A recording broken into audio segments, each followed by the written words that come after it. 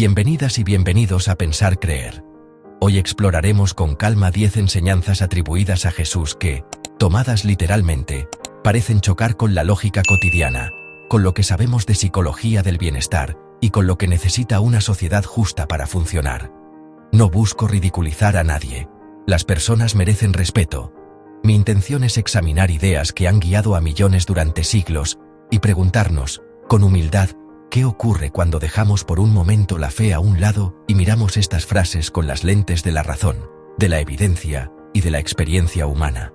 Puede que me equivoque en algunos matices, por eso te invito a pensar conmigo y a aportar tus críticas en los comentarios. Un recordatorio inicial. Muchas de estas máximas nacen en un contexto apocalíptico del siglo I. Si quien las pronuncia cree que el fin del mundo es inminente, no planear el mañana suena coherente. Pero han pasado 2000 años. Con ese marco, empecemos. Amad a vuestros enemigos, suena a cima moral. Tiene una belleza que nos atrae y nos desafía. Sin embargo, si la entendemos como amor incondicional hacia quien te hace daño, chocamos con algo básico: los límites. La compasión auténtica no exige habilitar el abuso. Perdonar puede sanar, sí, pero sin límites claros se perpetúa el ciclo del maltrato. La ética responsable combina empatía y protección, justicia y, ojalá, rehabilitación. Amar no es lo mismo que permitir. Perdonar no equivale a borrar la memoria ni a desarmar la defensa. Una comunidad que aplicara literalmente amar a quien te destruye se degradaría poco a poco. La lectura más sana, a mi juicio, es desactivar el odio sin renunciar a la protección de los vulnerables. ¿Podemos evitar la venganza y a la vez decir «hasta aquí»? Creo que sí. La compasión sin límites se convierte en codependencia. El límite sin compasión se vuelve crueldad. La madurez moral vive en ese equilibrio difícil. Piensa en un ejemplo cercano. Una amistad que te humilla en público de forma repetida. ¿Qué expresa más amor responsable? Callar para no juzgar, o marcar la frontera, tomar distancia y exigir respeto. Pon la otra mejilla suele interpretarse como símbolo de paz. Pero ofrecerse al golpe una y otra vez premia al agresor. La historia sugiere que el progreso ético vino de resistencias organizadas, a menudo no violentas, pero nunca pasivas. No es lo mismo no violencia que inacción. La no violencia estratégica exige firmeza, disciplina, inteligencia colectiva, busca confrontar el mal sin replicar su lógica. La pasividad absoluta, en cambio, entrena al abusador. La justicia y la dignidad requieren poner límites visibles, denunciar, negociar, movilizarse, reformar leyes y proteger a las víctimas. Resistir sin odiar. He ahí la tensión fecunda. Si poner la otra mejilla significa renunciar a la venganza, fantástico. Si significa dejar que te destruyan, no es virtud. Es abandono de uno mismo y de los demás. Hazte esta pregunta práctica. Si un compañero humilla a otra persona en el trabajo, ¿es más santo callar o intervenir con firmeza y respeto para detener la agresión? No acumuléis tesoros en la tierra apunta, quizá, a la crítica de la codicia. Pero leído literalmente, desaconseja el ahorro, la previsión y la inversión. Familias y sociedades necesitan previsión, fondos de emergencia, educación, salud, infraestructura. Sin planificación, colapsa la confianza básica que sostiene un hospital, una escuela o un sistema de emergencias. El problema no es ahorrar, el problema es convertir el dinero en un ídolo que nos vacía por dentro. La lógica ética distingue entre avaricia y responsabilidad. Avaricia es acumular sin medida, aunque otros carezcan de lo básico. Responsabilidad es cuidar del mañana para no cargar sobre otros el peso de nuestra imprudencia. La generosidad florece mejor cuando hay estabilidad que compartir. Imagina un barrio donde todos viven al día por principio. Ante una inundación, ¿quién tiene recursos para ayudar? La caridad improvisada no sustituye a la previsión organizada. Luego está la frase que desconcierta incluso a creyentes. Si alguno viene a mí y no odia a su padre y a su madre, no puede ser mi discípulo. Es evidente que muchos la interpretan como hipérbole semítica, una manera extrema de hablar de prioridades. Pero la literalidad suena peligrosa. Romper vínculos afectivos, para seguir al líder. La psicología de los cultos usa tácticas similares. Aislar a la persona de sus lazos de apoyo para aumentar la dependencia del grupo y de su autoridad. Una ética madura no exige odio a la familia. Pide autonomía con vínculos sanos, capacidad de decir sí o no sin miedo y de sostener desacuerdos sin romper el amor. La espiritualidad que destruye tus redes de cuidado quizá no te libera, te captura. Pregunta para la reflexión. Cuando una comunidad exige que el amor a la verdad pase por romper lazos que te contienen y te hacen bien, ¿no será que ama más su control que tu crecimiento? Sed perfectos es un ideal que muchos han sentido como un peso aplastante. Pedir perfección divina a seres frágiles fabrica culpa crónica.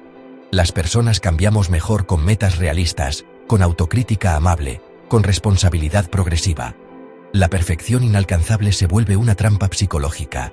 Como nadie llega, todos fallan, y como todos fallan, todos dependen eternamente del perdón que solo el sistema religioso puede administrar.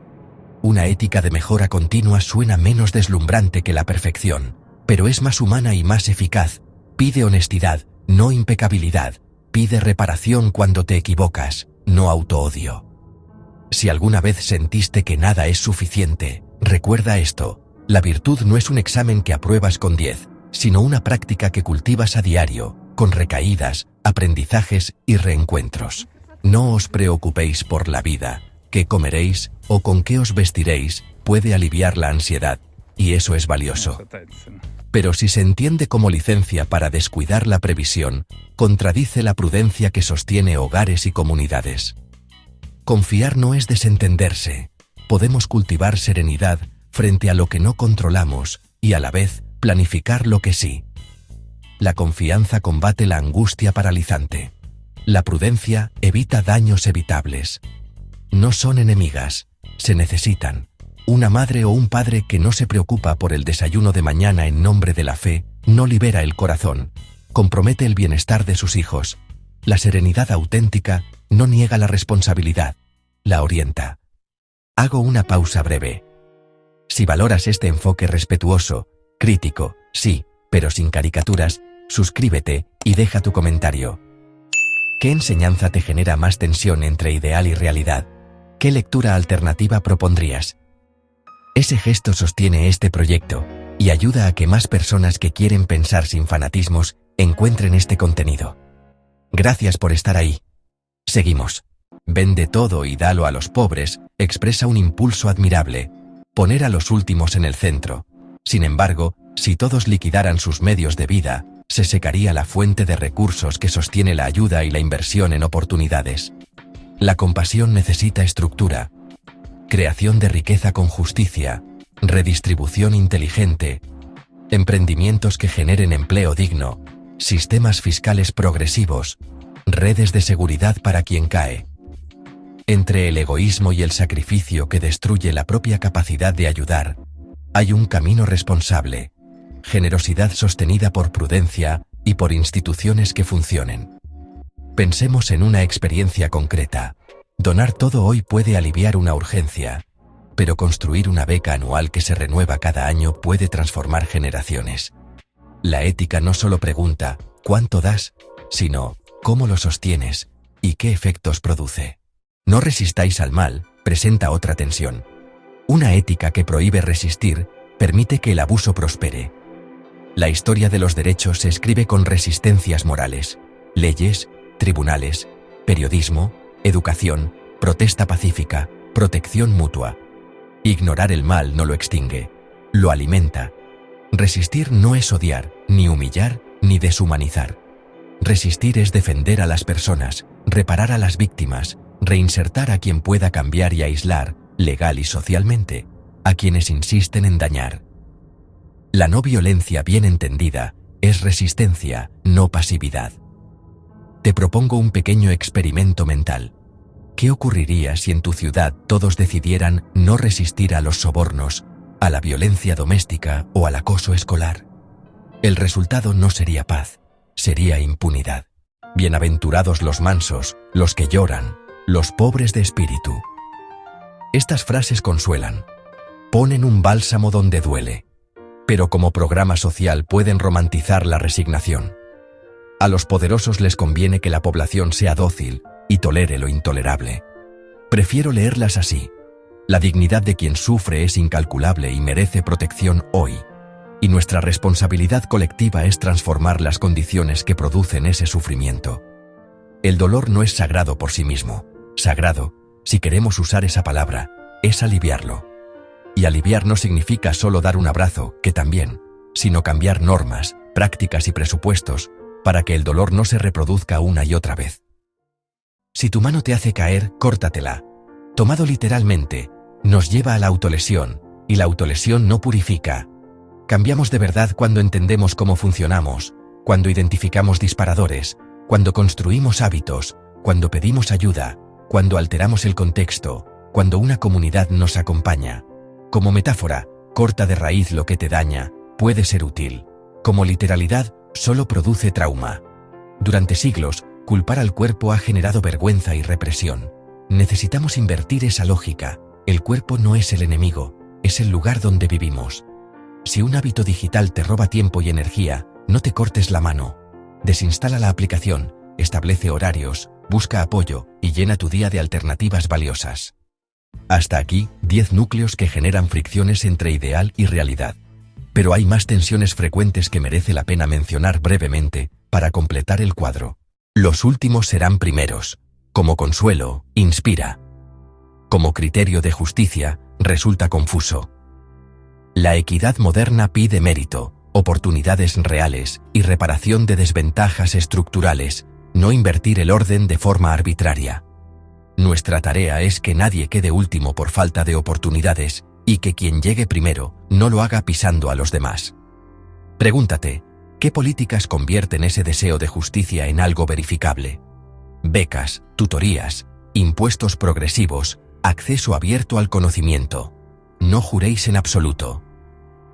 Sin acuerdos verificables no hay confianza social. La integridad se demuestra con la palabra y con mecanismos de responsabilidad, contratos, leyes, registros. Las promesas informales sirven en lo íntimo. Las instituciones protegen a los débiles cuando las cosas se tuercen. Rechazar todo juramento puede sonar espiritual, pero deja a la gente común sin herramientas ante el poderoso. No juzguéis. Juzgar personas como irredimibles nos cierra la empatía, sí. Pero evaluar conductas es imprescindible.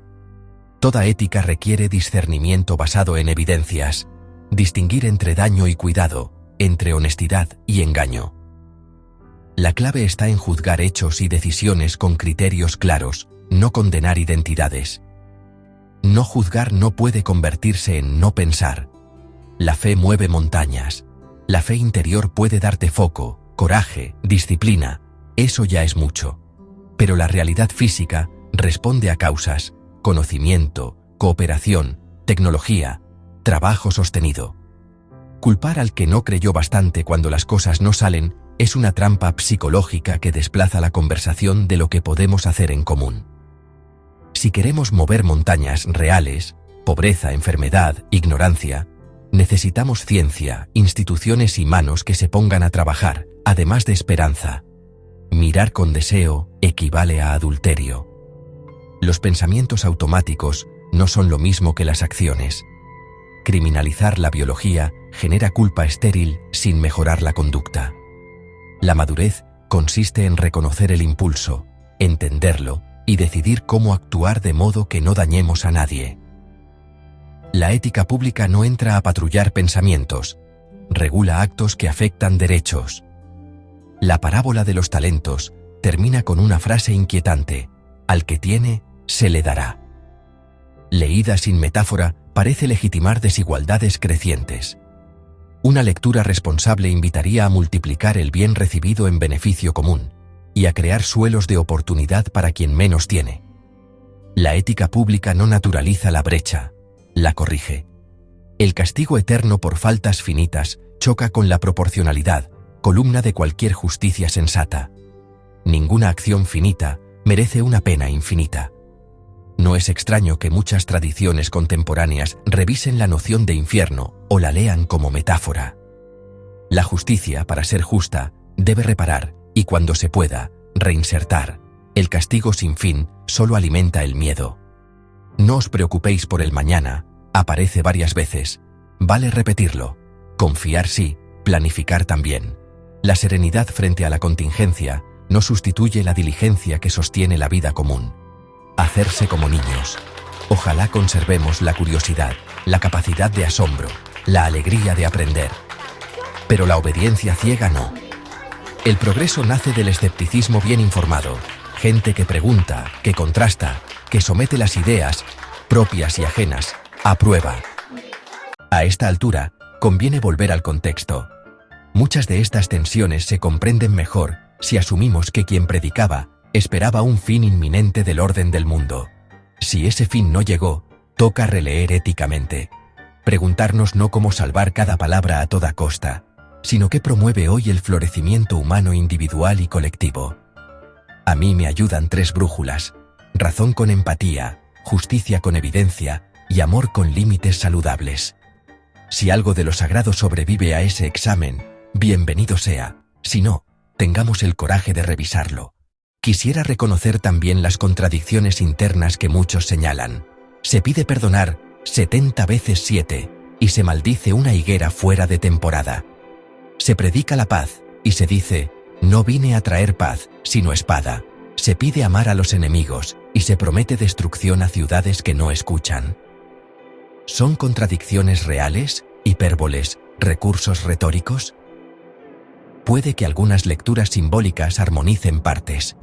Aún así, la mezcla de imágenes poéticas con mandatos que, tomados literalmente, resultarían destructivos, sugiere un origen profundamente humano, luces y sombras, intuiciones brillantes y límites del tiempo histórico que las produjo. Antes de cerrar, me anticipo a 2 objeciones fuertes y comparto una respuesta provisional. Primera objeción. Estas enseñanzas solo parecen ilógicas porque las lees literal. Bien interpretadas, son revolucionarias. Respuesta. Es verdad que la tradición ha producido interpretaciones matizadas y valiosas. Yo mismo he sugerido lecturas simbólicas más saludables. Pero si una idea necesita una explicación tan compleja para no dañar, conviene preguntarse qué mensaje recibe la mayoría cuando la escucha sin ese aparato interpretativo. Una ética pública debe ser clara y no inducir a prácticas perjudiciales. Segunda objeción. Sin estas frases, perdemos la exigencia moral. Respuesta. No creo. Podemos sostener exigencias altas: honestidad, justicia, cuidado, sin pedir perfección divina, sin instruir pasividad ante el mal ni culpabilizar la biología. La exigencia se puede traducir en estándares verificables: decir la verdad, reparar el daño, planificar con prudencia, proteger al vulnerable y cambiar aquello que produce sufrimiento evitable. Cuando analizamos estas enseñanzas sin el filtro emocional de la devoción, lo que aparece no es perfección divina, sino humanidad, temor al caos, esperanza de justicia, deseo de pureza, necesidad de pertenecer. Todo eso lo compartimos. La pregunta es qué hacer con ese legado hoy. Mi propuesta es sencilla y exigente. Moral desde la experiencia compartida, no desde el decreto. Compasión informada por la realidad, no por la culpa. Amor que no sea autodestructivo, sino responsable. Hay una forma de espiritualidad que no humilla la razón, y una forma de razón que no aplasta la compasión. Ese puente, creo, vale la pena construirlo juntos. Si has llegado hasta aquí, gracias por regalarme tu tiempo y tu atención. Me gustaría leer tus matices. ¿Qué interpretaciones alternativas rescatarías? ¿En qué crees que he sido injusto, o me falta contexto histórico? ¿Qué textos te parecen valiosos si se leen en su circunstancia? ¿Y cuáles, a tu juicio, requieren una revisión ética hoy? Te leo en comentarios. Si este enfoque te aporta, suscríbete, deja tu like y comparte este vídeo con alguien que disfrute pensar con respeto y espíritu crítico. Tu apoyo hace posible este espacio. En el próximo episodio, quiero poner a prueba este análisis con las mejores objeciones que seguramente ya estás formulando. Veremos dónde la crítica falla, dónde necesita precisión, y qué se salva cuando el fuego cruzado es honesto.